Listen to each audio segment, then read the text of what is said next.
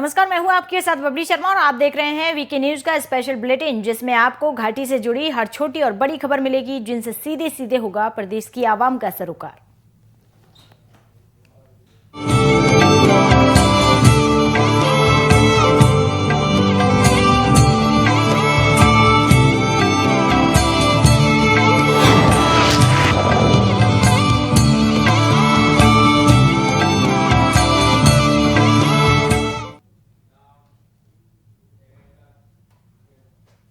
जिला पुंछ में काउंसलर अंबिका सराफ ने वार्ड नंबर 8 में काम शुरू किया। नगर पालिका की काउंसलर अंबिका सराफ ने अपने वार्ड में नाले पर सुरक्षा कार्य शुरू किया है।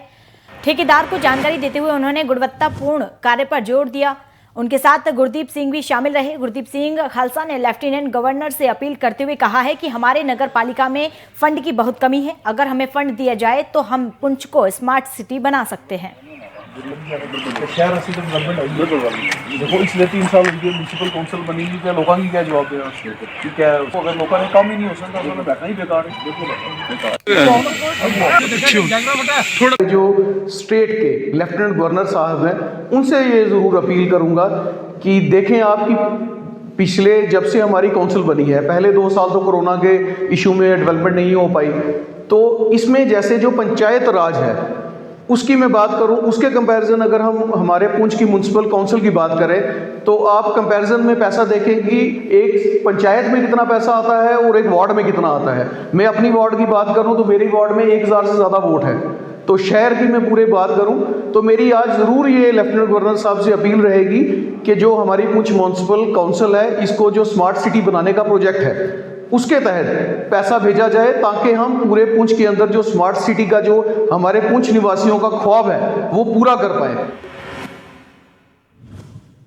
और सामाजिक कार्यकर्ता राथर महराज ने शादीपुरा इलाके का दौरा किया। इस दौरान उन्होंने लोगों से बातचीत करने के साथ साथ कई अहम मुद्दों पर चर्चा भी की। इस दौरान महराज को स्थानीय लोगों ने बताया है कि मुख्य स्वास्थ्य केंद्र में पिछले 20 दिन से बिजली नहीं है, जिस तरह प्रशासन बिल्कुल भी ध्यान नहीं दे रहा।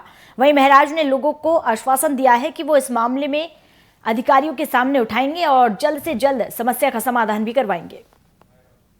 उन्होंने मुझे काफ़ी दिनों से अप्रोच किया है कि आप हमारे यहाँ इलाके में आ जाइए। अगर मैं देखा जाए यहाँ पे खुद ही डीडीसी रहता है और यहाँ पे अगर डीडीसी घनस्थान खुद इसी गांव का है, जो बड़े बड़े दावे कर रहा है और डेवलपमेंट के लिहाज से यहाँ पे जीरो डेवलपमेंट नहीं हुई है। मैं यहाँ पे 20 दिन से यहाँ पे हमारे पास अभी पावर सप्लाई बेसिक इलेक्ट्रिसिटी होती है, एक हॉस्पिटल को पावर सप्लाई कट है 20 दिन से और लोग परेशान है। जब आप अपने हेल्थ डिपार्टमेंट इन कोविड की महामारी में आप इलेक्ट्रिसिटी एक हॉस्पिटल को बंद, यहाँ पे 20,000 लोग इस पे यहाँ पे डिपेंड करते हैं। तो इसके साथ साथ मैंने इन्हीं लोगों से सुना कि यहाँ पे एक ग्राउंड बनाया गया जिसमें तकरीबन 8 लाख का एस्टिमेट है, लेकिन टेंडर है, लेकिन उसमें खाली रात को ट्रैक्टर चलाया गया, वही मिट्टी उठाई गई, उसी पे लेवल। पुलवामा में नगर निगम की ओर से बनाए गए सार्वजनिक शौचालय का उद्घाटन किया गया। इस दौरान उपायुक्त उल हक चौधरी के साथ साथ चेयरपर्सन एमसी शबनम नजीर भी मौजूद रहे। इस दौरान कई और आला अधिकारी भी मौजूद रहे।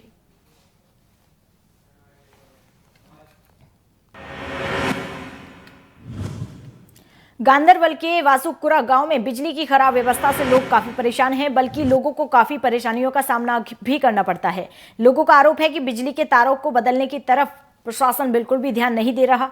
ग्रामीणों के मुताबिक विभाग से कई बार गुहार लगाने के बाद भी समस्या का समाधान नहीं हुआ है और अधिकारी इस ओर ध्यान भी नहीं दे रहे।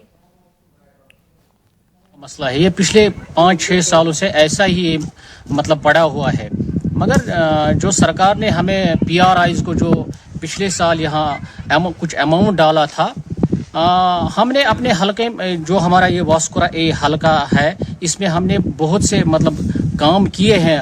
एक ट्रांसफार्मर मलिक महला में प्रॉब्लम थी, उसके लिए हमने वो प्रोवाइड किया था। जो ये मसला है पिछले 5 सालों से इन बेचारों को घों मुश्किलात से 2-4 है, क्योंकि उनकी जो सप्लाई लाइन है पावर बहुत ही कम आता है।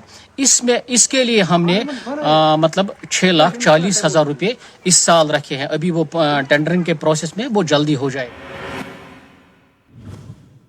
और पुलवामा में डेयरी फार्म मालिकों ने प्रशासन के खिलाफ जमकर विरोध प्रदर्शन किया। दरअसल पिछले 2 हफ्ते से कोई भी कारखानों में दूध नहीं खरीद रहा, बल्कि कारखाने दूसरे राज्यों से दूध खरीद रहे हैं, जिसकी वजह से स्थानीय डेयरी किसानों को काफी नुकसान का सामना करना पड़ रहा है। इसी से नाराज होकर इन लोगों ने प्रशासन के खिलाफ प्रदर्शन किया। पिछले 15 डेज से हमारा जो दूध है, जो भी हमारा डेयरी फार्म का दूध निकल रहा है, वो कोई नहीं ले रहा है। हम लोग फेंक रहे हैं वो दूध। इसकी वजह हम लोग जब भी किसी के पास जाते हैं, जानने के लिए जानते हैं, हम गए तो देखा कि ये हर कोई फैक्ट्री वाला कह रहा है कि नहीं, हमें दूध नहीं लेना, हमारे पास दूध बहुत ज़्यादा है। हम लोग इनको कह रहे हैं कि वजह क्या है। विंटर्स में तो शॉर्टेज रहती थी दूध की, तो इसका वजह क्या है। कह रहे नहीं हमें है। जब हमने देखा, वेरीफाई करके हमने सब कुछ देख लिया, तो वो बाहर से दूध मंगा रहे हैं, बाहर से टैंकर्स आ रहे हैं, वो उनकी फैक्ट्री में अनलोड हो रहे हैं। लेकिन हम लोगों का दूध जो भी है वो नहीं ले रहे हैं। जहाँ पे तो ऑलरेडी शॉर्टेज रहती थी दूध की, मतलब हमने सुना कि 2019 में 350 करोड़ की शॉर्टेज थी मिल्क की। और जम्मू से खबर है, शिवसेना बाला साहब ठाकरे इकाई के जरिए बॉर्डर बटालियन एक्सप्रेस बच्चों को सपोर्ट किया। बच्चों ने 3 महीने पहले फॉर्म भरे थे, लेकिन उनको सरकार के जरिए नौकरी नहीं दी गई और लगातार बताया जा रहा है कि जम्मू कश्मीर में खुशहाली है। जो बच्चे बेरोजगार हैं, इनकी सुध लेने के लिए कोई भी आगे नहीं आया है, जिसको देखते हुए सड़कों पर प्रदर्शन के लिए उतर आए।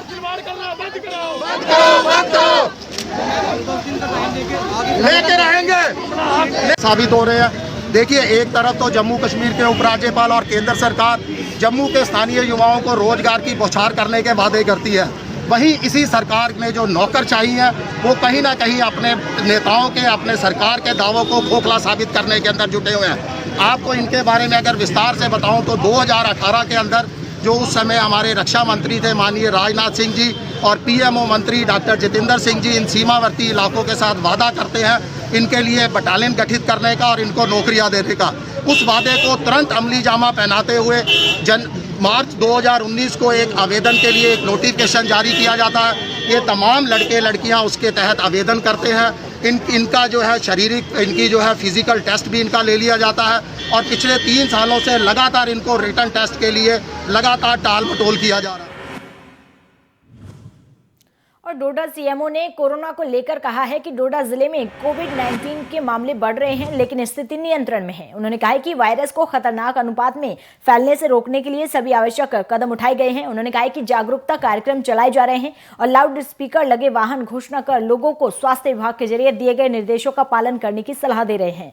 सीएमओ ने कहा है कि 15 से 17 साल के युवाओं का टीकाकरण चल रहा है और अब तक 56% टीकाकरण किया जा चुका है। उन्होंने युवाओं और उनके अभिभावकों से आगे आकर टीका लगवाने की अपील की है।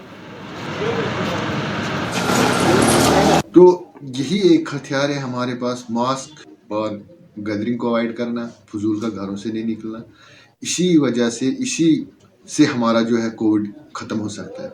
उसके साथ साथ हमारे 15 से 17 साल तक के जो बच्चे हैं उनको जो हमारी वैक्सीनेशन चल रही है वो भी आए। हमारी जो टीमें हर जगह पहुंची हैं, हर स्कूल में पहुंचती हैं।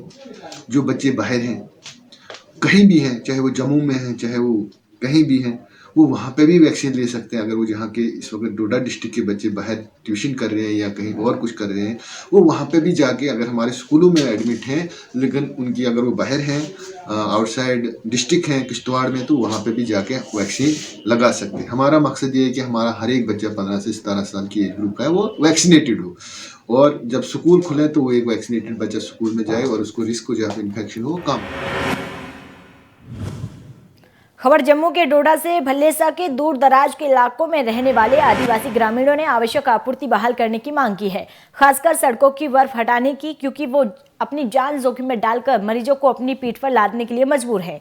जम्मू कश्मीर के डोडा जिले में हाल ही में हुई बर्फबारी के कारण सड़क बंद होने के कारण एक मरीज को 4 किलोमीटर से ज्यादा तक खाट पर ले जाना पड़ा ताकि उसे नजदीकी स्वास्थ्य केंद्र ले जाया जा सके। स्थानीय लोगों ने अधिकारियों से अपील की है कि वो आबादी की ओर जाने वाली बर्फीली सड़कों को साफ करें ताकि मरीजों को, आम लोगों को भविष्य में किसी भी तरह की परेशानी ना हो।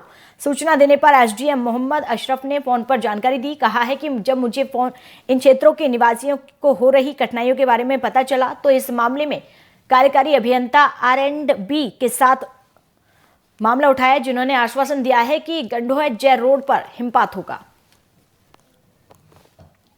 मैं तहसील गंदोह से बोल रहा हूँ, कोटा टॉप से। मेरे लड़के की टांग टूटी है, तो मेरा घर से आधा किलोमीटर दूर है रोड, तो अभी तक कोई मशीन, कोई महकमा, कोई इंतजामिया नहीं है। तो हमने 50 आदमी ला के तो 5 किलोमीटर नीचे तक उठा कर लाया, आप खुद देख सकते हैं।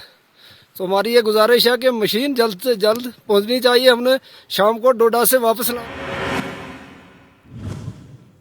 और बडगाम जिले में R&B विभाग ने बस स्टैंड के सौंदर्य मूल्य को बढ़ाने के लिए पुराने बस स्टैंड में एक फारा और एक कंक्रीट पार्क का निर्माण किया है। विभाग ने इस पार्क में बैठने की कुर्सियों की संख्या रखी थी, लेकिन MC और R&B के खराब प्रबंधन के कारण विभाग यह पार्क आवारा कुत्तों के आवास के केंद्र में बदल गया है। आवारा कुत्तों की वजह से लोग इस जगह पर बैठना पसंद नहीं करते। CRPF ने इस पार्क में 2 बंकर भी बनाए जो खाली रहते हैं। इसके अलावा नेशनल कॉन्फ्रेंस के अध्यक्ष ने कहा है कि विभाग ने इस पार्क के निर्माण पर पैसा बर्बाद किया है क्योंकि कोई इसका उपयोग नहीं करता है।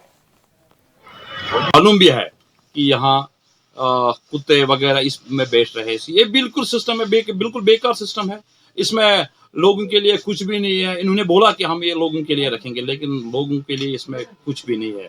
मैंने डिप्टी कमिश्नर बडगाम और ये जो इस वक्त म्यूनिसिपलिटी का है उसको नोटिस में भी मैंने लाया कि यहाँ लोग परेशान है। यहाँ पहले लोग आराम से बैठ रहे हैं, लेकिन आज वहाँ बैठने का कोई मौका नहीं है। वहाँ कुत्ते बैठ रहे हैं, यहाँ पुलिस CRPF बैठ रहे हैं। वो ना लोगों के लिए कुछ फायदा ना कुछ ना। हाँ, ये पता, ये उनको भी पता है, डिप्टी कमिश्नर साहब को भी पता है, SSP साहब को भी पता है, EO साहब को भी पता है कि यहाँ बैंकर्स में कोई भी नहीं है, लेकिन इन्होंने खामखा लोगों को तंग करने के लिए सिवा और कुछ नहीं। और चलिए फिलहाल मेरे साथ इस बुलेटिन में इतना ही। आप देखते हैं वीके न्यूज। नमस्कार।